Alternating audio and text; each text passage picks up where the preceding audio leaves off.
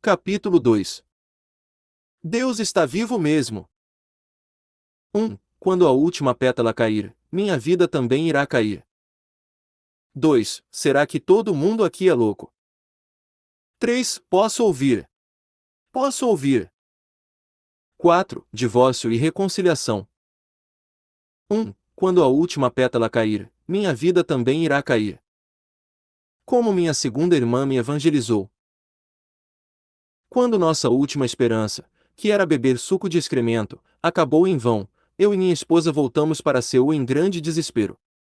Agora, o único desejo que eu tinha era morrer rápido, então tudo o que fazia era deitar na cama e ver o tempo passar. Minha rotina em nosso bloquinho de concreto cinza era ler romances e beber licor de arroz coreano. Na pequena casa de um cômodo. Ali estavam os livros emprestados de todos os cantos, a garrafa do licor, e as tigelas de remédios. Em minha família, minha segunda irmã era a única crente. Ela perdeu a visão de um olho depois de sofrer de uma febre alta em sua infância. Casou-se com um jovem de uma vila vizinha e cuidava de 3 filhos e 2 filhas. Vivia uma vida fiel. Certo dia, alguém pregou para ela e ela começou a frequentar uma igreja. Minha mãe e meus irmãos achavam que ela era uma crente fanática e não gostavam de ir à igreja. Você trabalha tão duro na agricultura e dá tudo para a igreja. Deixa até de trabalhar aos domingos para ir à igreja. Nunca será capaz de escapar da pobreza. Quando é que espera ficar rica alguma vez na vida? Mesmo quando minha mãe lhe falava todas essas coisas, ela apenas sorria e dizia: Mãe, é uma alegria tão grande acreditar em Jesus. Por que não passa a ir à igreja também? Aos domingos ela fazia toda a tarefa doméstica bem cedo e ia para a igreja. Limpava o púlpito e servia naquele lugar. Se ela já tinha a primeira fruta ou qualquer outra coisa preciosa, deixava secretamente na casa do pastor e logo fugia.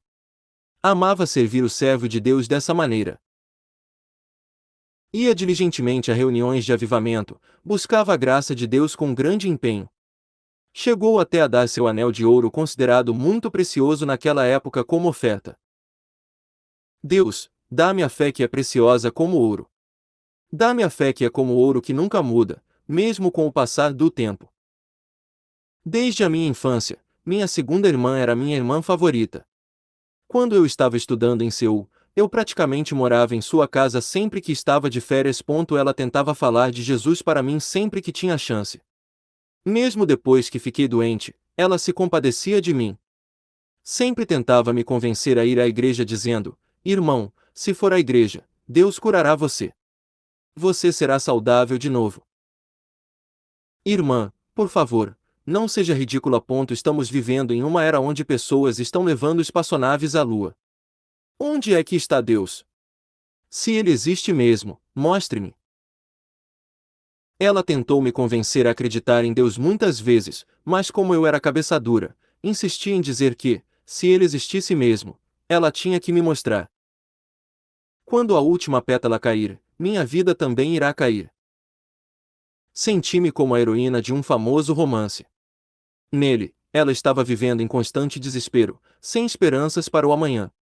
Ela acreditava que um dia, quando a última folha de uma certa trepadeira caísse devido aos fortes ventos, sua vida também chegaria a um fim. Assim como ela, eu também estava vivendo em constante desespero, sem esperanças para o amanhã. Em abril de 1974, azaleias rosas e narcisos amarelos, flores típicas da região, coloriam os montes e campos de toda a vila. Estavam exalando sua fragrância em todo lugar. Contudo, minha vida estava se apagando e cada respirada que dava parecia me levar para mais perto da morte. Tudo na criação está se movendo com uma vida incrível nesta época do ano. Mas quando é que a minha vida, que está pendurada como aquela última folha, vai acabar? Ninguém estava feliz em me ver. Não podia comer arroz ou carne, mas podia beber álcool. O álcool foi o único amigo que tive. Foi naquele tempo, em que estava vivendo pendurado, dia após dia, que dependi do álcool. Meus pais, irmãos e irmãs me visitavam cada vez menos. Logo, não esperava que ninguém fosse me ver, até que um dia alguém bateu à porta. Era minha segunda irmã, a irmã que eu tanto amava. Irmã, o que te trouxe em Seul? Entre. Tinha coisas para resolver aqui. Por ser a época mais agitada para os agricultores, estava feliz e muito surpreso em ver minha irmã. O pedido para que eu a levasse a um lugar. Irmão, me faz um favor. Você tem de me ajudar com uma coisa. Há um lugar que quero visitar faz um tempão. Por favor, me leva lá. O quê? Como assim? Você sabe que eu não posso andar direito. Eu sei, eu sei. Para você ver, se estou pedindo sua ajuda é porque eu quero ir muito mesmo a esse lugar. Primeiro recusei, dizendo que não podia levá-la por causa do meu corpo doente. Mas ela me pediu tanto, que me senti mal e, enfim, aceitei levá-la ao tal lugar. O lugar que ela queria visitar era uma cruzada de cura, liderada pela diaconisa Presidente Shinhae. Ela era conhecida pelo seu dom de cura divina. Foi graças às orações constantes de minha irmã, procurando uma maneira de me levar à igreja, que a diaconisa Presidente e eu nos vimos pela primeira vez. Minha irmã sabia que, se ela tentasse me convencer a ir à igreja para receber cura, eu me recusaria. Enquanto orava, recebeu, portanto, a sabedoria de Deus de me levar à igreja, pedindo-me que a levasse a um lugar. Antes de acreditar em Deus, como haviam me ensinado sobre as teorias darwinistas na escola, tornei-me ateu. Podia afirmar com toda segurança que não existiam fantasmas ou coisas assim. Mas na verdade, no fundo, não conseguia negar que Deus existia. Refletindo sobre tantas coisas, não dava para apagar o pensamento de que a vida após a morte. Escondido em meu coração, eu estava reconhecendo a existência de Deus, o Criador. Pensava, se Deus existe mesmo, então provavelmente o inferno também exista, do jeito que vi em um filme uma vez. Então, como é que minha vida vai ser depois que eu morrer? Como não conseguia negar a existência de Deus no fundo do meu coração, eu tinha que reconhecer a existência da vida após a morte também. Por um lado, posso dizer que temia o inferno. É por isso que, mesmo antes de eu acreditar em Deus, eu tentei viver uma vida boa e reta. De qualquer forma, uma vez que minha irmã não estava me pedindo para ir à igreja receber a cura, mas somente que a levasse a um lugar de reunião cristã, atendi ao seu pedido. No dia 17 de abril de 1974 ela levantou e se aprontou de manhãzinha dizendo que ela tinha de ir cedo para conseguir sentar em um lugar mais na frente. Essa foi a primeira vez que saí de casa depois de muito tempo. Era muito difícil para mim descer a montanhosa cidade de Gyeongudong, então gastei bastante tempo. Pegamos um ônibus para Seldaemon e chegamos à igreja da diaconisa Presidente Shinhae. 2. Será que todo mundo aqui é louco? Apesar de os meus dois tímpanos estarem rompidos naquele tempo, podia ouvir, mais vagamente. O segundo andar já estava cheio, então fomos para o terceiro. Os degraus eram feitos com suaves rampas a fim de servirem para os deficientes. Mas, por eu ter que caminhar com uma bengala, ficou difícil continuar subindo com minha irmã. Provavelmente era hora de orarem juntos. As pessoas ao meu redor estavam levantando suas mãos e gritando alto. Nunca tinha visto coisa parecida antes, então simplesmente não sabia o que fazer a não ser ficar olhando. Logo percebi que minha irmã estava se ajoelhando e também orava com as mãos levantadas e sacudindo. Todos pareciam loucos, inclusive minha irmã. Sentia-me meio que constrangido, e que meu rosto estava ficando corado. Tudo que queria era sair de lá, mas as pessoas não paravam de chegar e sentarem atrás de mim, o que me impedia de sair dali. Quero sair daqui agora mesmo, pensava, mas como? Não podia simplesmente deixar minha irmã ali e ir para casa sozinho. Uma vez que nunca tinha visto alguém orar daquele jeito em grupo, sentia-me ansioso só de olhar as pessoas balançando as mãos e clamando em altas vozes em oração. Mas já que não podia voltar sozinho, permaneci ali. Achei que talvez devesse me ajoelhar também. Ajoelhei-me e fechei os olhos. De repente, comecei a suar nas costas e o suor chegava a escorrer. Era um dia de primavera, mas não estava quente. Eu era muito magro, quase que carne e osso, e então era impossível que suasse tanto. Aquilo era muito estranho. Pensei, devo estar suando assim por estar me sentindo muito envergonhado e constrangido aqui. Foi só depois de um tempo que fui perceber que, assim que me ajoelhei, Deus tinha queimado todas as minhas doenças com o fogo do Espírito Santo. Em um púlpito que estava longe da gente, a diaconisa Presidente Shinhae que estava vestida de branco, pregava fervorosamente. O som das caixas de som estava bastante alto, mas não conseguia ouvir as coisas direito. Conseguia apenas detectar uma palavra aqui e ali. Como seria bom se eu pudesse ouvir claramente o que ela está dizendo? Pensei. Uma mudança havia ocorrido em meu coração depois de ter suado tanto. Na verdade, eu tinha sido tocado pelo Espírito Santo. Queria ouvir a mensagem da diaconisa presidente Shinhaein. Minha irmã disse: Irmão, por que você não vai receber uma oração como as outras pessoas? Depois do sermão, o rosto de minha irmã reluzia enquanto me convencia a ir receber oração. Aceitando seu conselho, passei por um monte de gente e cheguei ao lugar onde a diaconisa estava sentada. As caixas de som continuavam falando alguma coisa. Eram na verdade pessoas dando testemunhos de cura através das orações. Podia ouvir o conteúdo em pedaços. Alguém disse que havia recebido o fogo do Espírito Santo, e foi curada quando a diaconisa presidente Shinhaein tinha imposto as mãos sobre ela. Pode até ser que eles tenham sido curados através da oração. Mas eu ainda não consigo acreditar. A diaconisa presidente Shinhaein dava um leve tapa na cabeça e depois nas costas de cada um, à medida que os empurrava. E era isso. Ela me deu um tapa na cabeça, nas costas e me empurrou, do mesmo jeito que estava fazendo com os outros. Pensei, ela trata as pessoas como bagagem. Acho que está trapaceando todo mundo. Talvez estava sendo assim devido ao grande número de pessoas, mas ela não orava por cada um, apenas dava os tapinhas e os empurrava. Senti-me ofendido. Naquele momento, lembrei-me de um incidente na escola, quando era ainda criança. Uma mulher, nos arredores de Yonggyeop, era conhecida pelo seu dom de cura. Como suas reuniões eram publicadas em um jornal diário, muitos iam até ela. Meu sobrinho também foi em uma de suas reuniões porque tinha corrimento em um dos ouvidos. Em mais ou menos 15 dias descobriram que ela era uma farsante. Foi presa. Alguns outros jornais ainda fizeram reportagens futuras sobre esse acontecimento. Perguntei-me então se a diaconisa não estava enganando as pessoas, assim como a mulher de Yonggyeop tinha feito. Com a cabeça em outro lugar, fui me achar lá embaixo, na igreja. Que estranho!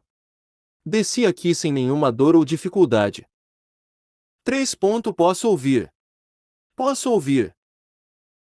Minha irmã estava muito feliz, pois era como se tivesse tido seu desejo realizado. Subimos no ônibus e ouvi sons muito altos, como de trovões. Pensei, que estranho! Por que estou ouvindo esse barulho tão alto? O som de trovão parou quando saí do ônibus, no mercado Kyun. Despedi de minha irmã e fui à lanchonete de minha esposa.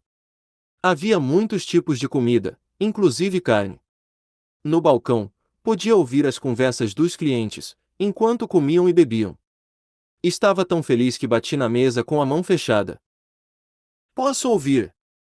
Posso ouvir? Minha esposa, surpresa, me perguntava: Você falou que pode ouvir. O que está ouvindo? E como está conseguindo ouvir agora?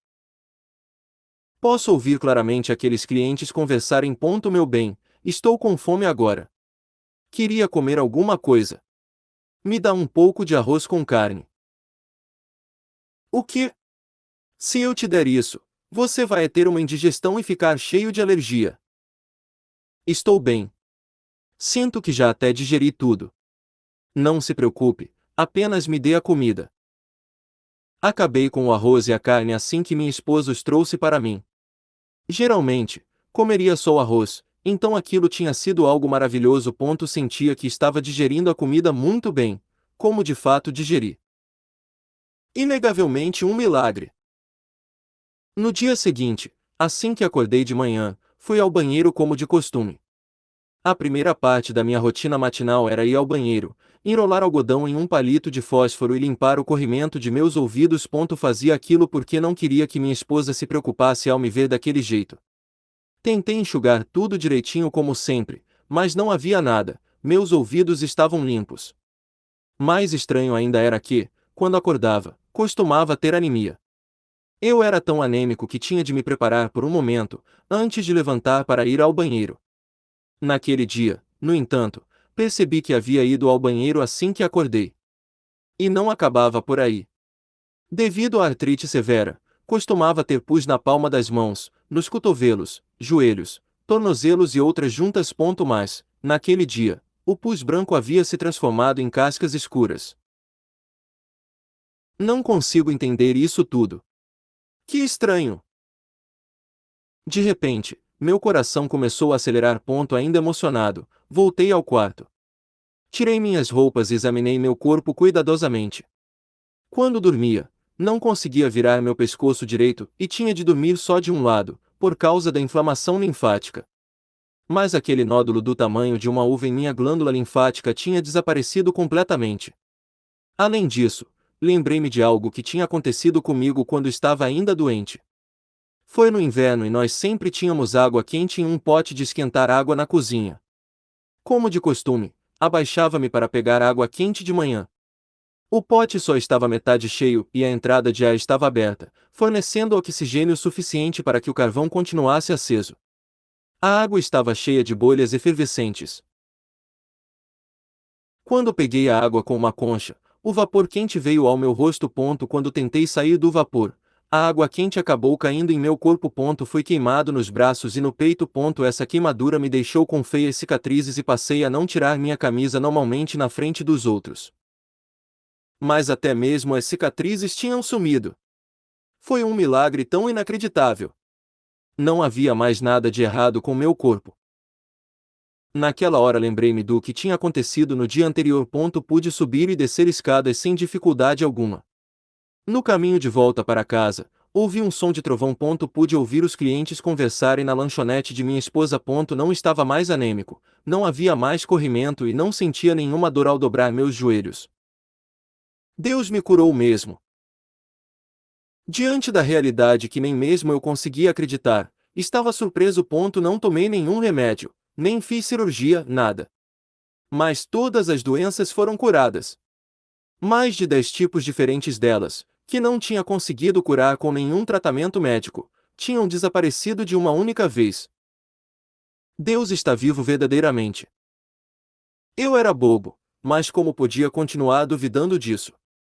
Nenhum bobo duvidaria depois do que me havia acontecido. Ajoelhei-me e levantei minhas mãos aos céus. Ah, Deus! O Senhor vive mesmo! Como pôde me curar assim de uma única vez? Por favor, perdoe esse homem bobo. Ignorei todos os que pregavam o Evangelho quando eles tentavam me convencer a acreditar em ti. Mas o Senhor está vivo verdadeiramente e curou-me completamente. Tentei duvidar daquilo, pensando que tudo tinha sido uma coincidência, mas não tinha como. Era como se estivesse voando. Ainda não conseguia acreditar naquela realidade. Minha esposa, que não estava em casa, me ouviu orando e entrou surpresa para o quarto. Meu bem, vem aqui ver meu corpo. Deus me curou. Abismada, minha esposa olhou todo o meu corpo e também teve que acreditar que Deus tinha me curado. Ela ficou muito feliz, me abraçou e se derramou em prantos. Choramos por um bom tempo. Todas as dores e sofrimentos foram embora e ficamos cheios de alegria e gratidão. Aquele que me curou. No momento em que me ajoelhei na igreja, Deus me curou completamente de todas as minhas doenças com o fogo do Espírito Santo. Antes mesmo que a diaconisa presidente Xiaen orasse por mim, Deus já tinha me curado com o fogo do Espírito. Era ateu e não tinha nenhuma fé em Deus. Nem mesmo pedi para que ele me curasse. Então, por que ele me curou? Creio que foi a resposta de Deus às orações da minha irmã, que por muito tempo vinha orando e jejuando pela minha salvação. Creio que também possa ter sido porque Deus sabia que, uma vez que eu conhecesse o Deus vivo, não iria ser amigo do mundo ou traí-lo, mas viver somente pela sua palavra e por amor a ele até o fim.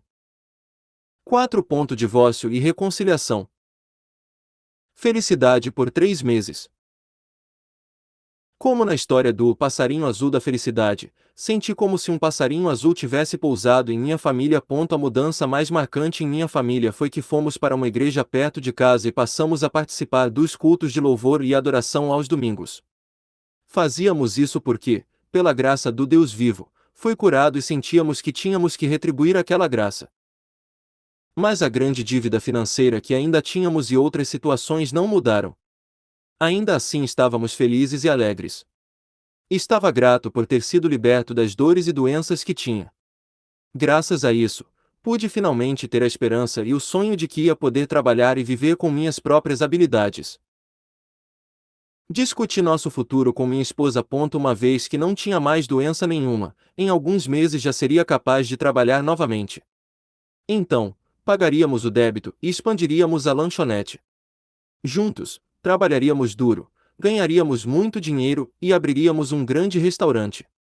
Naquele tempo, havia uma pessoa que fazia roupas de mergulho e comecei a trabalhar como seu assistente, aproveitando para recuperar minha condição física. No começo, só de trabalhar um pouco, sentia-me muito cansado, mas logo fui ganhando energia. Estava ganhando um dinheiro e planejando meu futuro. Foi também o tempo quando fizemos uma grande festa de aniversário para meu pai mais ou menos 90 dias depois que eu tinha sido curado. Seu filho ficou doente por causa de mim. No dia 10 de julho de 1974, no aniversário do meu pai, toda a família se reuniu na casa em minha cidade natal. Fui para lá alguns dias antes e minha esposa, por ter de cuidar da lanchonete, foi na noite anterior. Embora o retorno não tenha sido triunfante, eu estava muito feliz. Quando tinha ido para lá doente, quase que me confinava em meu quarto, tentando evitar os olhos das pessoas.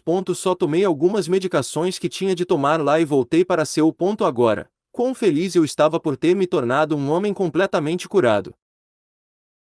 Testemunhei a Deus dizendo: estava só esperando a morte por causa de tantas doenças incuráveis. Mas fui ao altar da Shinhaeun com minha irmã e recebi essa cura. Testemunhei que Deus é Deus que cura e que Ele me encontrou e me curou. Tinha pouco conhecimento da palavra de Deus na Bíblia, mas testemunhei que Deus está mesmo vivo e compartilhei alegria com meus pais e irmãos. Depois do almoço da festa de meu pai, minha esposa estava fazendo as malas para voltar para Seul. Eu estava bebendo com meus irmãos antes de ir. Enquanto isso, uma confusão começou a acontecer lá fora. Ouvi uma porta sendo batida. Olhei para fora e minha mulher estava correndo com sua bagagem dizendo que queria o divórcio. Minha irmã e minha cunhada estavam indo atrás dela para tentarem pegá-la. E foi assim que tudo aconteceu. Minha filha, meu filho adoeceu logo depois que se casou com você e você sofreu muito. Mas agora bons dias virão, se vocês trabalharem duro daqui para frente. Minha mãe estava muito feliz ao ver que seu filho mais novo, a quem ela achou que fosse morrer a qualquer hora, tinha saúde novamente e então aconselhou sua nora. Minha esposa, no entanto, entendeu que eu tinha ficado doente e sofrido tanto por causa dela e seu rosto esmoreceu. Você está dizendo que seu filho adoeceu por minha causa. Ok. Vou embora dessa família. Vou pedir o divórcio. Ah, se vou. Irmã, há um mal-entendido aqui. Você sabe que não foi isso que mãe quis dizer. Minha esposa voltou para Seul imediatamente, e como minha esposa tinha ido embora daquele jeito, o ambiente da festa se transformou de repente em ambiente de funeral. Minha mãe estava furiosa. Ela disse: você não foi curado antes porque está casado com uma mulher assim. Jairok, esqueça isso tudo. Temos um belo jantar pela frente. Vamos comer com alegria. Esqueça isso, eu disse. Como pôde dizer uma coisa dessas? Como posso simplesmente esquecer isso? Meus irmãos estavam me dizendo coisas para me consolar, mas na verdade só pioravam a situação. Estava com tanta raiva por causa do que eles estavam dizendo que fui para a cozinha e bebi uma garrafa inteira de licor de batata doce e soju. Meu pai estava chocado com a confusão que eu tinha feito. Ele tinha boas vistas e uma boa saúde mesmo depois de seus 70 anos. Podia ler livros e jornais em chinês. Mas com o choque que isso tudo causou nele, ele perdeu a visão. Não pôde ver mais nada até morrer.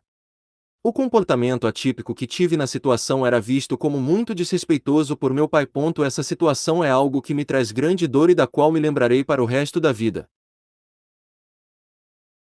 Do ponto de vista da minha esposa, ela sentia que por 7 anos ela havia passado por grande sofrimento e muitas dificuldades na vida, cuidando de seu marido doente e batalhando o pão de cada dia. Ela achou que sua sogra havia dito que era por causa dela que tudo aquilo tinha acontecido e deve ter sofrido uma grande decepção. O pesar que sentia, lembrando da exaustiva e desesperada vida que teve por 7 anos, por ter tido de lidar com tanta coisa e o fato de que não havia ninguém com quem ela pudesse conversar abertamente, deve ter acumulado tanto nela, que era difícil demais superar aquelas palavras. Depois de 4 meses de dor. No dia seguinte voltei para Seul com minha filha mais velha, Myung. Procurei pela minha esposa, mas ela não estava em casa nem na lanchonete. No outro dia, voltou para casa, mas estava uma pessoa completamente diferente. Ela me disse: agora vou me divorciar de você. Temos que passar os papéis em nossa cidade natal. Venha comigo e assine os documentos. Tentei fazer com que ela mudasse de ideia, mas em vão. Então, a pedido dela, fui à nossa cidade e assinei os papéis. Como a cidade era pequena, o rumor espalhou rapidamente. Sentia muito pelos meus pais e tinha vergonha dos meus vizinhos. Voltei para Seul o mais rápido possível, como se estivesse escapando de algo. Nunca pensei que minha esposa fosse se divorciar de mim de fato. Ainda estava esperando que voltasse para casa, e depois de alguns dias, ela veio com sua família. Ouvi: agora que vocês dois estão divorciados, queremos os presentes de casamento de volta.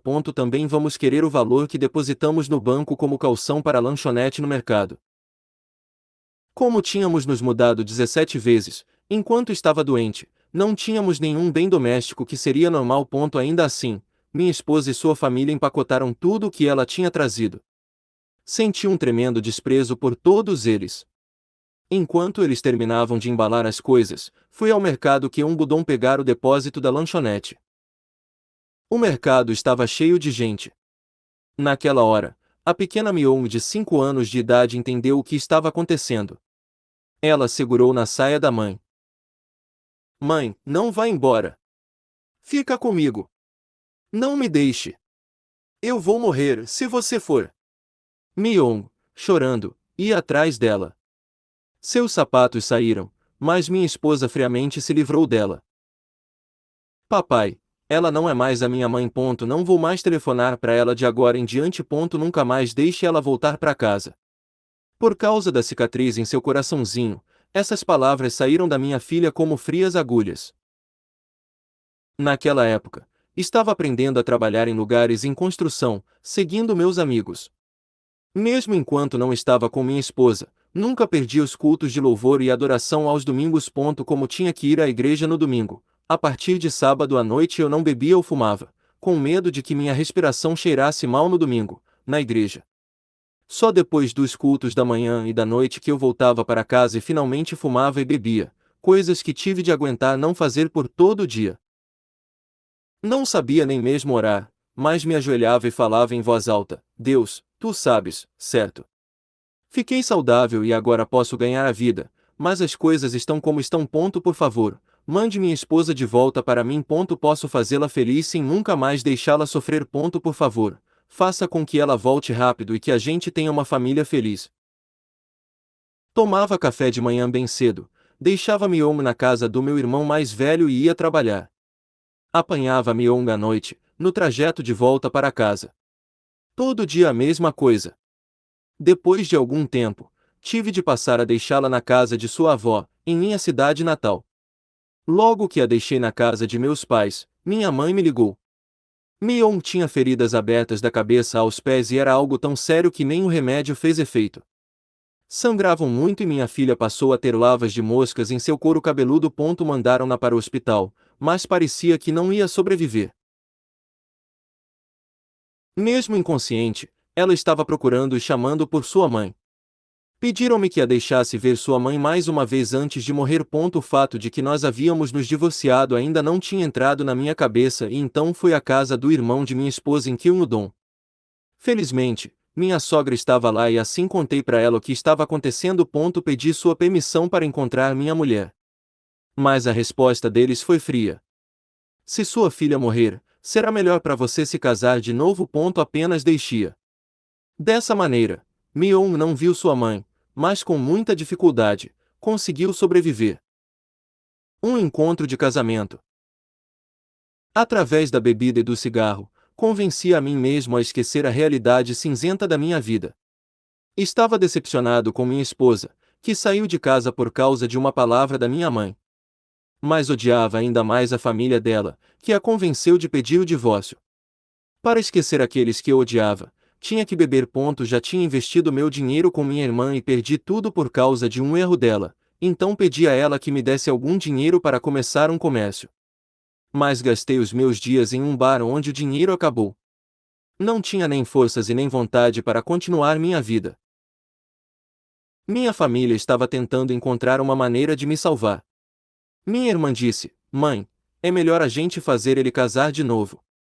Se você o deixar desse jeito, ele vai virar uma pessoa morta por dentro, assim como ele era antes." Até que minha mãe me ligou. Disse que havia uma boa moça para mim e pediu que eu fosse até minha cidade para conhecê-la. Eu acreditei, minha esposa está voltando. Nunca viverei com qualquer outra mulher. Pensei também que meu amor pela minha esposa nunca iria mudar, e não podia nem mesmo imaginar em viver com outra mulher. "Filho, só uma vez. É minha última esperança", suplicou a voz de minha mãe. Não pude mais continuar recusando o pedido dela de ir apenas a um encontro com a moça. Decidi que iria apenas trocar cumprimentos formais e que depois retornaria. Mas a providência de Deus foi profunda. Quando fui ao lugar encontrar a moça, ali estava o mais perfeito ideal de mulher. O tipo de mulher com o qual sempre sonhei. Amava roupa branca e ela estava com um vestido de 2 peças brancas. Seu cabelo era longo e fluía dos ombros às costas. Estava sentada como em uma pintura. Não podia acreditar no que estava vendo. Por ser a mãe dela bastante supersticiosa, acreditou quando uma vidente disse que, para sua filha ser feliz, tinha de casar com um homem que estivesse se casando pela segunda vez. Foi por isso que sua mãe providenciou um encontro comigo. Gostamos um do outro, e as duas famílias foram rápidas na preparação do casamento. Até o momento em que foi aquele encontro, vinha esperando o retorno de minha esposa. Nunca tinha olhado para outra mulher. Mas mudei de ideia sobre viver apenas com minha esposa. Foi um choque para mim também acreditar que eu pudesse mudar daquele jeito. A data foi estabelecida e nós trocamos os presentes. Então, de repente, minha esposa veio. Tinha ouvido falar que estava me casando de novo e queria checar minha atitude e meu coração. Mas quando ela descobriu que meu coração já tinha se separado dela, e que eu realmente tinha me decidido casar com outra mulher, ficou muito surpresa. Perdoando minha esposa. Até então, minha esposa acreditava piamente que, diferente de outras pessoas, nunca mudaria meu amor por ela. Parecia que ela estava chocada em ouvir que eu estava me casando com uma linda e jovem mulher. Percebeu que meu coração já tinha se separado dela. Mais cedo, no dia seguinte, ela veio com sua bagagem. Eu estava dormindo na casa, quando, de repente, ouvi um barulho no chão. Minha esposa voltou para casa com suas malas. Mas já não era tarde demais. Já tinha prometido casar-me com outra mulher, então joguei suas coisas para fora. Contudo, enquanto estávamos colocando as coisas para fora, nosso coração balançou um pouco. Disse a ela: "Tenho um grande ressentimento pela sua família e tive vergonha de mim mesmo diante dos meus familiares. Além disso, já marcamos a data do nosso casamento e o que a família dela vai dizer. Vou procurar e vou receber o perdão de todos, dos dois lados da família. No futuro farei apenas o que você disser. Mesmo se eu te perdoar, meus pais e meus irmãos não vão te perdoar." Ela era teimosa. "Receberei todo o perdão. Morrerei nessa família." Ela estava incrivelmente mudada, como uma ovelha. Todo o meu amor por ela já tinha desaparecido, mas pensei em nossas filhas. Pensei que seria melhor para elas se fossem criadas por sua própria mãe. Sendo assim, concordei em perdoar-lhe sob algumas condições. Ela tinha de concordar em me obedecer incondicionalmente e tinha de receber o perdão de todos os membros da família. Também exigi que sua família viesse a mim pedir desculpas. Finalmente, aceitei de volta minha ex-esposa e ficamos juntos de novo. Isso aconteceu 120 dias depois que ela tinha saído de casa. Contei minha história francamente para a mãe da mulher com quem iria me casar e pedi sua compreensão. Ela então, Inesperadamente, entendeu muito bem minha situação. Só depois de muito tempo fui perceber que tudo aquilo tinha sido providência de Deus. Por que minha esposa teve que se divorciar? Enquanto minha esposa estava batalhando para cuidar de seu marido doente, ela não tinha nenhuma esperança na vida. Com isso, seu doce e puro coração desapareceu e sua personalidade se tornou bem dura. A língua tem poder sobre a vida e sobre a morte, os que gostam de usá-la comerão do seu fruto. Provérbios 18, 21. Do fruto de sua boca o homem desfruta coisas boas, mas o que os infiéis desejam é violência. Quem guarda a sua boca guarda a sua vida, mas quem fala demais acaba se arruinando. Provérbios 13, 2 e 3. Como ela sabia que eu a amava de verdade, mesmo tendo saído de casa por algumas vezes, ela voltava. Ela sabia dos nossos corações. Não deixou seu marido, que já não tinha mais nenhuma esperança na vida. Contudo, falava repetidamente que iria se divorciar de mim, assim que recuperasse minha saúde. Uma vez que suas palavras negativas foram se acumulando, aquilo se tornou a armadilha de Satanás e veio a existir no dia do aniversário de meu pai. Se falamos palavras negativas, o inimigo nos acusa do que falamos, então o Deus de justiça tem de permitir que as coisas aconteçam. Segundo as regras do mundo espiritual, minha esposa não conseguiu controlar o que estava pensando e sentindo e se divorciou de mim. Mas Deus nos levou à reunião e ela funcionou para o bem de tudo e de todos.